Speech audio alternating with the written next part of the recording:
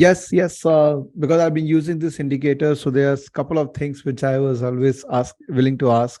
And Yeah. when I read your literature in the website, I think there are a few things which is not known to public and large. So maybe I'll try to get some information from you. Okay. So if you look at the important volume bars, there are some text, the percentage, Yeah. this and that. So basically, this represents how much percentage is higher volume vis-a-vis historical. Could you give us an idea that what kind of historical volume we are looking at to make a judgment about importance of this bar? Yeah. So on these bars, you want to look for as large as possible. The Okay. higher, the better. But in terms of this percentage, I'm not sure if it's calculated versus looking at the previous 50 days or just using this average here. Yeah. But yeah, if this is plus 230%, this is very significant volume. Yeah. We can Yeah. see even back here that there are even bigger spikes. So in short, just the higher, the better. And that can really be game-changing volume. Yeah, that is precisely I also follow. But then I always was wondering that what is this percentage? What is the basis of calculation of this percentage? I know that is proprietary. It was mentioned in that website also that there are certain things which we do which we can't disclose, so which is perfectly fine. Uh, Second question is that green is very apparent. We know that, and we always have a propensity to buy first, right? Right. But what about prices going down? I can see that the color which has been used, or while in our discussion also, we didn't talk much about those days when the sell volume was high.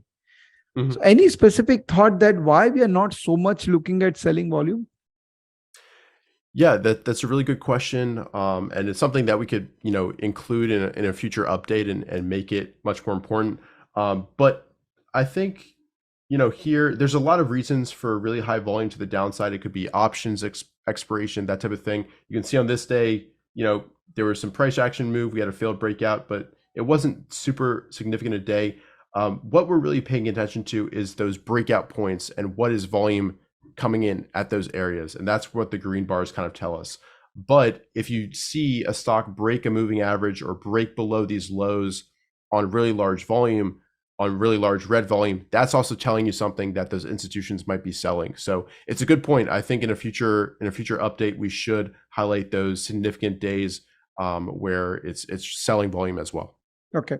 Actually, let me rephrase this question. What I wanted to get a sense from you is that the buying behavior is easier to locate than the selling behavior, because buyers always have propensity to buy fast.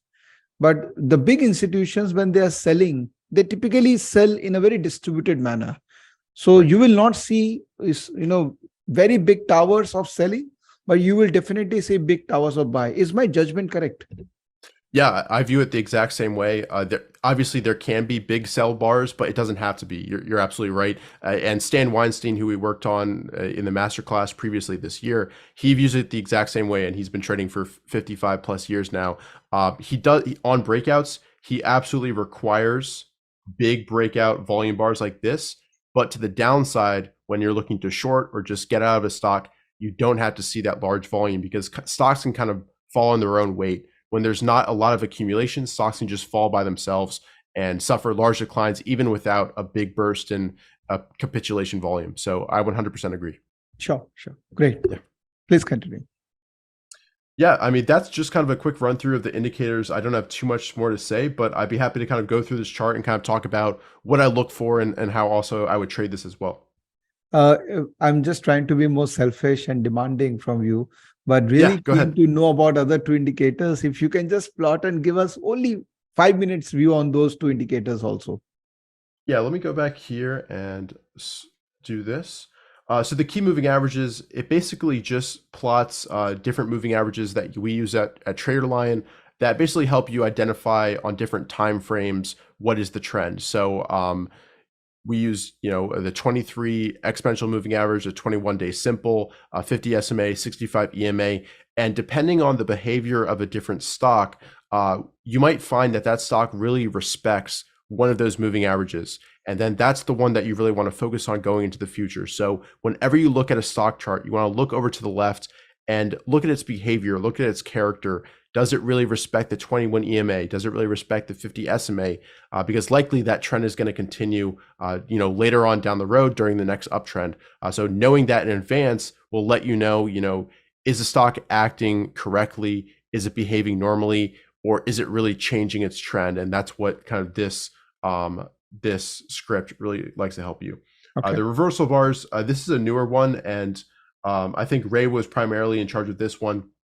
Basically, it's looking for key upside reversal bars and changes in trend. I haven't used this too much personally, but I would check it out and kind of look at a stock chart, see where these indicators pop up, and you'll kind of see for yourself what it's kind of looking for. So that's what I would kind of say on that one.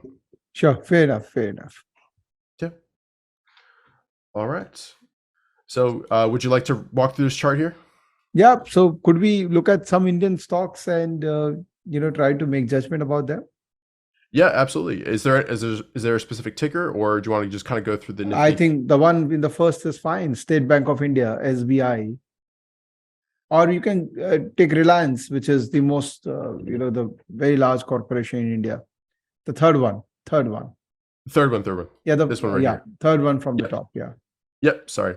So I don't know these tickers too well, so we'll get through it. I'm there. Yep.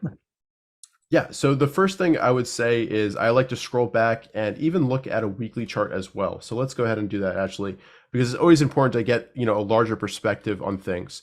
So longer term, this has been a really steady performer, very strong stock. It's above a longer term 200-week SMA. And right now it's just kind of below these highs, is technically consolidating, but recently it's been moving up on the weekly chart. So it's good to get that longer term perspective. And longer term, this has been a strong company that has grown over time. You can see previous moves upwards in the relative strength line, especially coming out of the 2020 correction. And that just kind of gives you that longer term context. So when you convert this into a weekly chart, your RS setting of daily chart remains as it is, and it now shows the weekly outperformance of the stock versus Nifty. So yes, that's correct. So is your judgment or interpretation changing in any way, or you follow exactly the same thing which you're following in daily chart? Yeah, my view on the markets is very fractal. The same thing I'm looking for on a daily chart is the same thing on a weekly, pretty much, because everything kind of moves in sync, and the same patterns emerge over and over. So absolutely right. I'm looking for big volume breakouts. You can see here back in 2017. Look at the weekly volume here, and look at the trend that started right at that point. So this is something you can really look at on a weekly chart or daily chart and notice this big character change. So that's exactly what I would look for on a weekly chart, breaking through these highs on enormous volume. Sure. And one interesting thing which I observed, that when you change the duration of the chart weekly or 2 hourly, or the enhanced volume indicator green is not there. So is it meant only for daily thing, or maybe because the average volume is not high enough for the green to emerge? Yeah, it's more that it was designed specifically for the daily time frame, because a lot of people who use it primarily use the daily, but you can still kind of see that this is well above average volume, just looking at the moving average. But yeah, that's another thing that we could definitely update in the future, is have it apply on the weekly chart. And I noticed on the short-term time frames as well, like the 65-minute time frame, it doesn't update. So same thing there. Sure. Got your point. Yeah.